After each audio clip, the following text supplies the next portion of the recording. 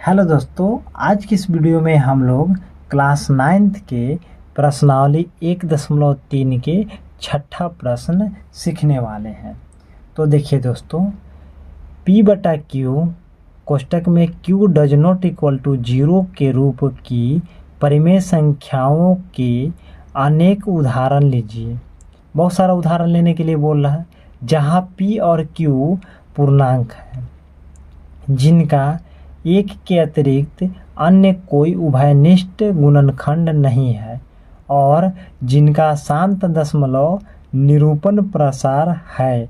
क्या आप यह अनुमान लगा सकते हैं कि Q को कौन सा गुण अवश्य संतुष्ट करना चाहिए? तो देखिए दोस्तों, इसका मतलब हुआ कि 5/2 इसका आंसर है, 1 होगा, 9/2, 9/4। अब क्यों? क्योंकि यहाँ पे देखिए क्वेश्चन बोला है कि एक के अतिरिक्त कोई उभयनिष्ठ गुणनखंड नहीं है। जैसे देखिए, इसको क्या करना है कि 2 से 5 में भाग दीजिएगा तो कितना बार में कटेगा? 2 बार में 4 हो जाएगा, 1 आएगा। यानी इसका एक अतिरिक्त कोई उभयनिष्ठ गुणनखंड नहीं होगा। उसके बाद इससे इसमें भाग दीजिएगा तो इसका भी 1 आएगा, इससे इसमें भी भाग दीजिएगा तो इसका भी 1 आ जाएगा। उसके बाद 3/2 इससे इसमें भी भाग दीजिएगा तो इसका भी 1 होगा। उभयनिष्ठ गुणनखंड नहीं है, यानी इसके अलावा कोई अन्य संख्या यहाँ पे नहीं आना चाहिए। अब देखिए दोस्तों, 7वां प्रश्न है, ऐसी 3 संख्याएं लिखिए जिनके दशमलव प्रसार अन्नवसारणी अन्नावृत्ति है, या इसको आप बोल सकते हैं अशांत है। अशांत है यानी जो कटता नहीं है, जिसका रिपीटेड होते रहता है। जैसे सपोज करिए कि 10/3 है तो 3 से 10 में भाग दीजिए, ये संख्या नहीं कटेगा, ये संख्या रिपीट होते रहेगा। जैसे देखिए 3 बार में लगाइए 9, यहाँ पे 1 आएगा, दशमलव बैठा के 0 बैठाइए, फिर 3 बार में 9, एक कट में नहीं करेगा, यानी 3 3 3 आते रहेगा, आपका पेज भर जाएगा, बट इसका सॉल्यूशन ख़त्म नहीं होगा, इन्फिनिटी तक चलते रहेगा। तो इस तरह के इसमें एग्जाम्पल देने के लिए बोला है कि 3 संख्या लिखना है। तो एक ये हो गया 10/3, दूसरा 1/11 को भी आप भाग दीजिएगा, वो भी नहीं कटेगा, और 3/13 को भी भाग दीजिएगा, यानी 13 से 3 में भागा दीजिएगा, ये भी नहीं कटने वाला है, ये भी इन्फिनिटी तक जाएगा। तो दोस्तों, उम्मीद है कि ये वाला प्रश्न का आंसर आपको समझ में आ रहा होगा। तो नेक्स्ट प्रश्न है दोस्तों 8वां, कि परिमेय संख्याओं को 5/7 और 9/11 के बीच 3 अलग अलग परिमेय संख्या निकालना है। उसके बाद देखिए दोस्तों कि 5/7 है तो 5/7 आप लिख दीजिए। उसके बाद यहाँ पे क्या करिए कि इससे इसमें भाग देना है, यानी 7 से 5 में भाग दीजिए। देखिए 7 से 5 में तो नहीं लगेगा, 0 बैठा के दशमलव बैठा दीजिए। यहाँ पे 0 हो गया तो यहाँ पे कितना बार में लगाएंगे? 7 बार में। 7 7 49, 1 आएगा, कट जाएगा इधर, यहाँ पे 0, 7 एकम 7, 10 में से 7 जाएगा तो 3 बचेगा। और उसके बाद यहाँ पे 0 बैठाइए, 7 चौ कितना हो जाएगा? 28। उसके बाद 2 आएगा, 1 कट जाएगा, 0 बैठेगा तो 7 दूनी 14। अब 20 में से 14 घटाइएगा तो कितना हो जाएगा? तो 20 में से 14 घटाइएगा तो 6 आ जाएगा, 1 कट जाएगा। उसके बाद 0 बैठाइए, फिर 7 के पहाड़ा में 60 नहीं आता है तो कितना बार में लगाइएगा? तो 8 बार में, 8 7 56, फिर घटेगा 4 आएगा, फिर दशमलव बैठाया था तो 0 बैठता जाएगा, इधर कट के 0 हो जाएगा। 7 के पहाड़ा में 40 नहीं आता है तो कितना बार में लगाइएगा? तो 7 5 35। अब यहाँ पे देखिए, अब भाग आपके मन में प्रश्न होगा कि भाग कब तक लगाएंगे? तो देखिए दोस्तों, जब तक ले यहाँ वाली संख्या शेषफल ना आ जाए तब तक आपको भाग लगाते रहना है। ये शेषफल हो गया, यानी इसके बाद 0 बैठाएंगे, दशमलव बैठाएंगे, यानी इतना संख्या रिपीटेड होते रहेगा।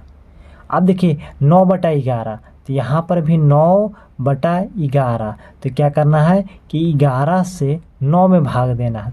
0 बैठा के दशमलव बैठाइए, यहाँ पे 0 आ जाएगा, यानी 8 88 और 11 9 99 ज़्यादा हो जाएगा।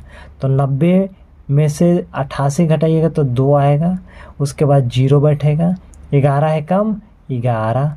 अब 20 में से 11 घटाइएगा तो 9 आएगा। अब देखिए यहाँ वाली संख्या यहाँ पे आ गया, तो इसको यहीं शेष लिख दीजिए, यानी शेषफल। अगर इसको आगे हल करिएगा तो इसका मतलब क्या हो जाएगा कि 0.81 पर बार, यानी ये संख्या बढ़ते जाएगा, ये संख्या कटेगा नहीं।